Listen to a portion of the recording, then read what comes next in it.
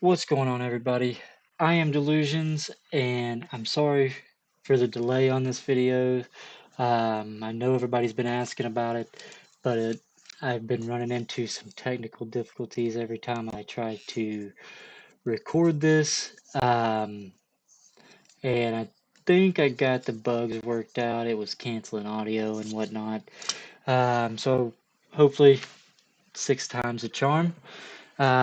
But again, before we get started on this, just wanted to say, hey, sorry for not posting more videos.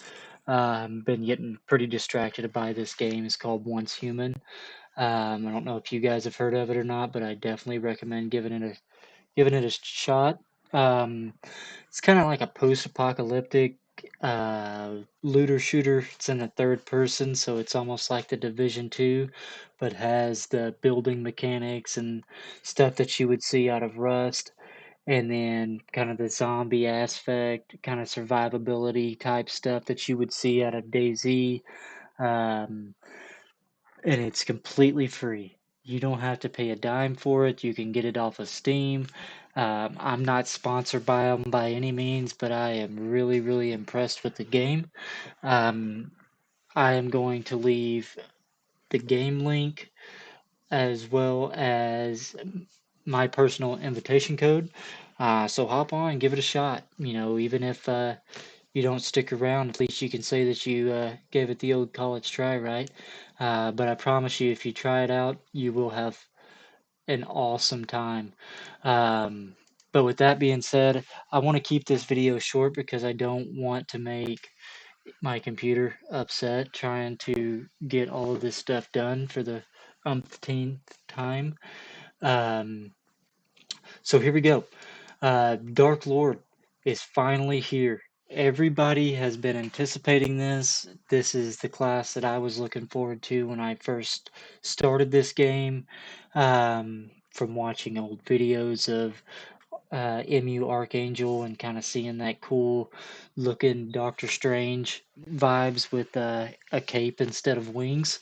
Um, and then I'm always been a caster, so I've always liked the kind of like the mage aspect of it, but was kind of sideswiped whenever I started actually playing this class. Turns out this class is extremely, extremely hard to get used to. It's definitely not an auto play style type of class. You're gonna have to manually do all of your button presses to really stay consistent, especially in Castle Siege, Chaos Castle, even convoys. Went in there guns blazing, thinking that I was gonna be a hot shot, and I got put in the dirt real quick by people that should never have came close to killing me.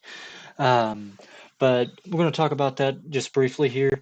Again, the there are a lot of pros to this class, but there are a lot of cons as well.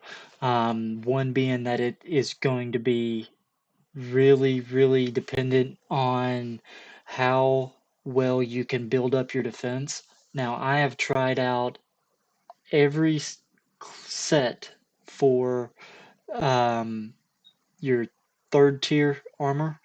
And I haven't touched on the fourth yet, just because I'm still building. I'm still early into 400. Um, but if you do decide to go with a Dark Lord, which for me, I ran into a bug and it defaulted me to Strength Dark Lord, which I was kind of bummed out at first, um, just because I was really looking forward to playing E&E.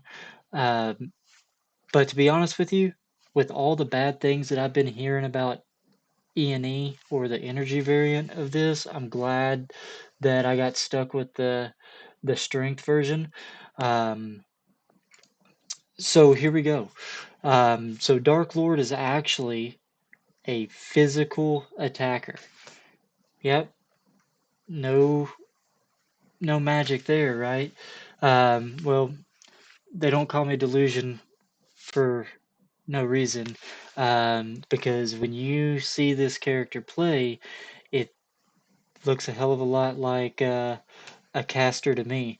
Um, so just a brief overview of the stats. This class is going to be built around a lot of buffs, a lot of debuffs, a lot of burn damage. Um, Depending on how you build it, it's going to have some really, really nice attack speed. Um, and it's going to have some crazy increased damage as well as skill damage. Um, but the biggest fallback is its survivability. So you've got to find a way to push that over the edge and make it a little bit more balanced. So again, I've tried out various sets. Karaji didn't work. It provided really high attack, but turns you into a glass cannon. So if you were only in it for the PvE gains, so like all of your bosses, your ancient bosses, guild boss, what have you, then you would be set. You would be pushing some really, really competitive numbers. Um, and if you had that set piece, I think it's the chest, to really complete it. Maybe it would turn the tables for the Karaji set, but I unfortunately don't have that. I wasn't willing to shackle out uh, the change in my purse to get that one in the bag. Um, so I tried out Sharon next.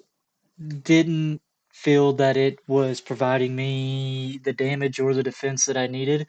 So I settled with Vicious. For all of you that are still on your T3 or your third set, um, that's the one that I decided to go with. As you can see, going through, I have not gotten it all to legendary yet. Um, and as you can see, I'm missing rings on my fourth set, so I've got a lot of things that I could throw in there to maybe kind of build that up a little bit. But for right now, for the stuff that I've done, this is what's working for me. Um, But again, going back to my one of the first things that I said, this is not an auto class. So you're going to have to be manually playing. If you're on PC, it makes it easy because you can sit there and just sort through, throw your skills, um, and then swap through, and then you can start providing some pretty great damage. Um, but again, you got to be self-conscious in your thinking when it comes down to what's going to work. So I thought that I could go and just do pure strength. That is not the case. So turns out you're going to need pretty much all of these skills, which is what I went and did. I bought all the skills and I'm working on getting all of the awakens done because trust me, you're going to need them. Um, I'm not saying all of this to kind of scare you away from Dark Lord. I just want you to be prepared if you decide to switch, or if you've already switched and you're debating on switching back after that 72-hour mark. Um, but again, this class is very, very fun, but it comes with a lot of frustration. Um, we've got our main class passives, which are going to be Burning Flames and Darkness upgrade. Um, these here are really nice. I mean, it kind of puts me in the same mindset of the AGI Dark Wizard, with just having that extra dot. But then again, there's a lot of people that have been playing this class too that say it plays like a strength uh, Dark Knight. So, you can tip the scales either way, but like I was saying, this class is built upon a lot of buffs for your personal character and a lot of debuffs for the opposing opponent. Um, so Darkness upgrade grants additional buffs from the ignore effect upon activating Scorpion's Venom. Now, um, with this, we're going to be one trying to build our attack speed. We're going to be trying to get that ignore defense up, but it's not always going to be something that is going to be a priority for you to do, just because ignore defense is, I would say, it's very minimal in the grand scheme of things. And you'll see that once we get into the constellation and everything. Um, but again, this is how I have my skill points set out. Notice Blessing of the Dark is only 2 out of 4. I will end up getting that 4 out of 4 once I get my final Awaken. I still need to do another reset just to kind of fine tune and pull some stuff out, like Boss Camp. I have an extra one in there because I did an awakening, um, and I just need to get that point back. Um, Now, moving on to the property. Now, this is one that I kind of struggled with, and I bet you I reset 3 or 4 times trying to figure out what was going to be pretty beneficial and kind of get me in that range to where I didn't hate the class, but still provided me a lot of excitement for what's to come. So please take this with a grain of salt. I pushed the majority of my points into defense, but we'll start with the attack. Um, and this is the layout that I have. Again, I'm still early into 400, so I've got some growing rooms. Um, but this here, Lightless Shield, for 4 seconds after activating Dark Power, it applies Lightless Shield on yourself, recovering 3% of your current HP upon being attacked. And this activates once every 2 seconds. So as long as you can keep yourself alive, so this Lightless Shield, in conjunction with Bless Shield, is going to help out a lot. So um, Bless Shield gives us a barrier and instantly kind of picks up on our HP recovery to kind of help us bounce back a little bit. But you've got to time it right to kind of get it to line up. Um, for instance, I did the Chaos Castle last night and ended up dying just a handful of times. But when I first started out, um, man, I was dying all the time, and that was just in convoys. So this class has got a lot of quirks, and I think it's going to be one that's really going to shine in later levels. So I'm talking, mid 500s, early 600s, and so on. Is really when it's really going to start to ramp up once we can get more of these properties filled out. Um, But I think that this is going to be a pretty solid setup as far as a route to go on. Notice how you got this one here. So Infinite Fury, um, you get a mirror skill on the defensive side, but you can only choose one. You can get one or the other. So I opted to get it for the defense. So we'll hop over here, and this is how I have mine laid out. Again, I had to go through and watch videos. I had to talk to people on Discord. I had to see what they were doing, what they were experiencing, some higher level, some lower level. Um, just trying to get a better understanding of this class just because it's so new. Nobody has a perfect guideline for it yet. Um, but there's again, all about building that defense. The kit with the skills and everything is going to take care of you for the damage aspect of it, and some of the constellation will as well. Um, but definitely wanted to uh, get in here and try to figure out how we can maximize our defense. So picking up Shield of Blessing. So during Blessing of the Dark duration, you acquire a barrier equal to 55% of your max HP for 5 seconds. and then 43% of that damage taken by the barrier is converted to HP after the effect ends. So if you can survive for that 5 seconds, it will give you an extra boost. So again, it's like I was talking about before, when you are using your bless shield, you really need to time that so that it's lining up with um, these property values that you're going to be trying to hit. Now I saw some pretty good stuff into the common property, but I haven't spec'd anything into it. I really want to get my defense where it needs to be before I start venturing off there. But just like any other class, you're going to be reducing your skill damage, you're going to be increasing your attack.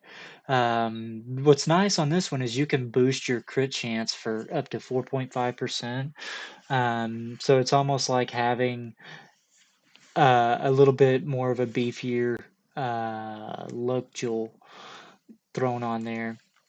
And then, of course, your standard HP boosts. But with that being said, that's all of my properties. When we start talking our constellations, I got tired of resetting constellations, so I just left it at this. So essentially, for an overview, and I'll throw up the info on here. Well, if it'll let me, I don't think that it's going to allow. Oh, there we go. So this is where I'm at on this. So I opted to go for a lot of the attack speed. I felt like that was going to help the defense and the attack when I could get it.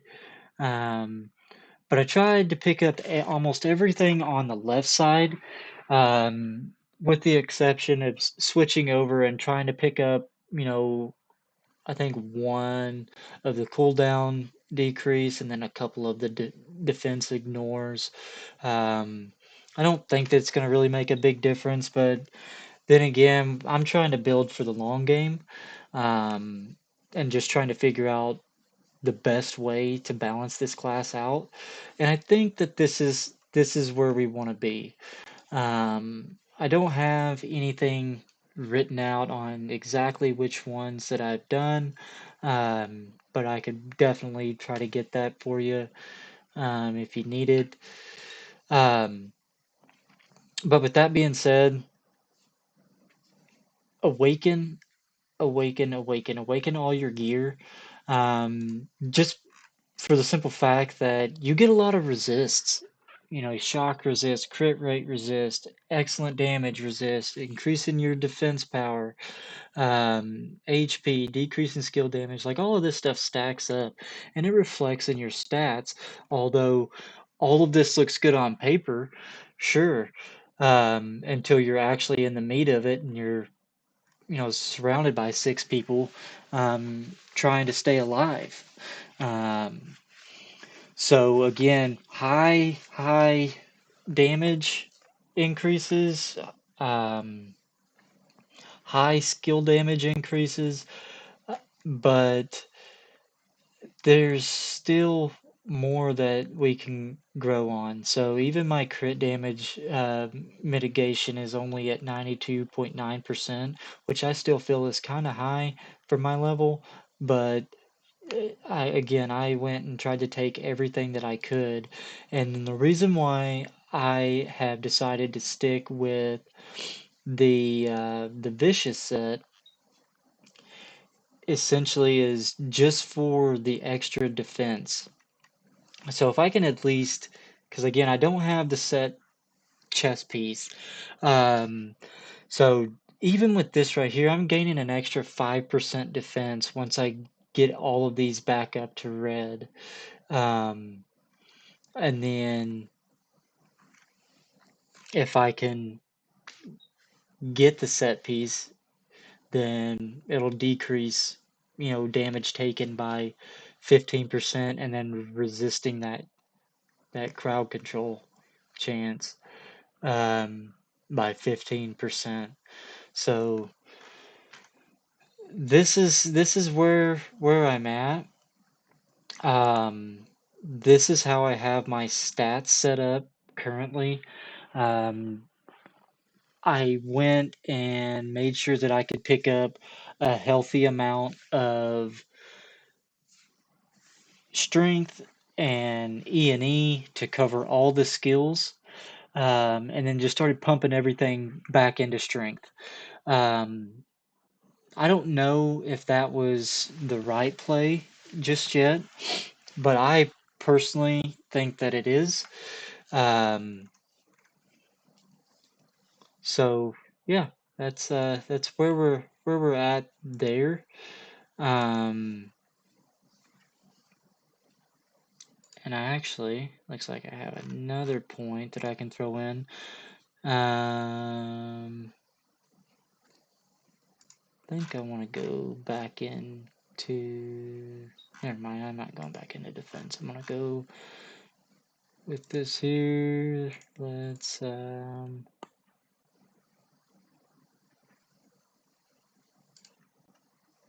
ahead and do that. But again, I hope that this video was informative.